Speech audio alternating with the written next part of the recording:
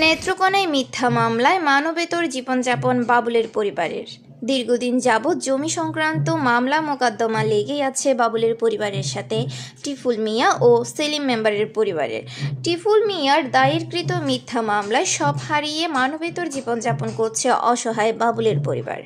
বোঝানো তো আমরা দুজন গ্রাম পুলিশে চাকরি করি, কিলাতি জিনিসপত্র আমরা করো, হ্যাঁ যা আছে সম্পূর্ণ লয়ে গেছে গা। লাস্টে আমার গলা চুরি ধরছে, আমার বাম হাতের আঙুলটা ভাঙছে। হ্যাঁ যেন আমার এরা একাদা দিত যে তুই যা হুড়িয়ে তুই এনে তাক টাকার লাগিয়ে আমি 50,000 টাকা টিন আনছিলাম, হুনা দান নিছে আমার 50 মন। যদি কোনো জিনিস আর ফাতিমেরা যদি জায়গা দেয় এটাকে আমি নগর আর কি ডরায় কোন লাগবে নাকি।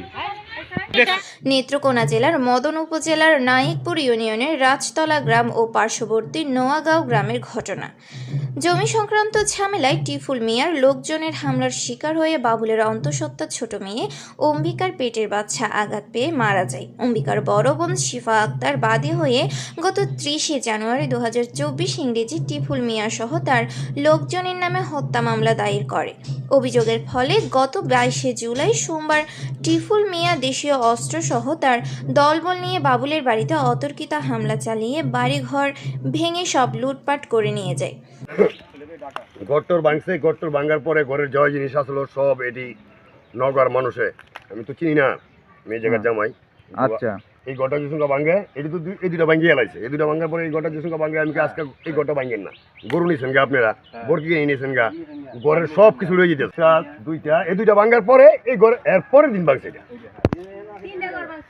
ঘটনার দিন বিকেলবেলা টিফুল মিয়ার বোন আকলিমা আক্তার জিলুফাকে স্ট্রোকজনিত কারণে হাসপাতালে নিয়ে যাওয়ার পর কর্তব্যরত চিকিৎসক তাকে মৃত ঘোষণা করেন। টিফুল মিয়া অনৈতিকভাবে সংগ্রহ করা ময়নাতদন্তের রিপোর্ট দেখিয়ে থানায় আকলিমা আক্তার জিলুফার হত্যা মামলা দায়ের করেন বাবুল সহ তার পরিবারের বিরুদ্ধে।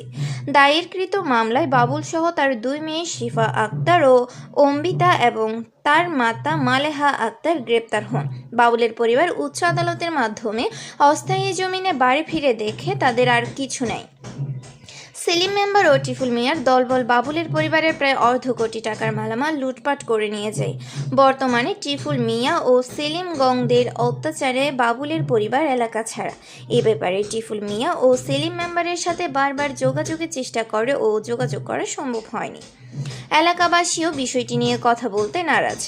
বাবুল মিয়ার সাথে কথা বললে তিনি জানান টিফুল মিয়ার বোন স্ট্রোকজনিত কারণে মারা যায়, কিন্তু ক্ষমতার প্রভাব ও অনৈতিকভাবে ময়নাতদন্তের রিপোর্ট পরিবর্তন করে উল্টো আমাদের নামে মিথ্যা হত্যা মামলা দেয়।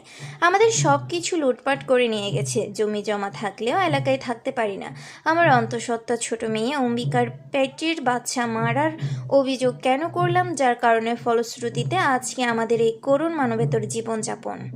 নেত্রকোনা প্রতিনিধি, ডাক বাংলা টিভি, নেত্রকোনায় মিথ্যা মামলায় মানবেতর জীবনযাপন বাবুলের পরিবারের।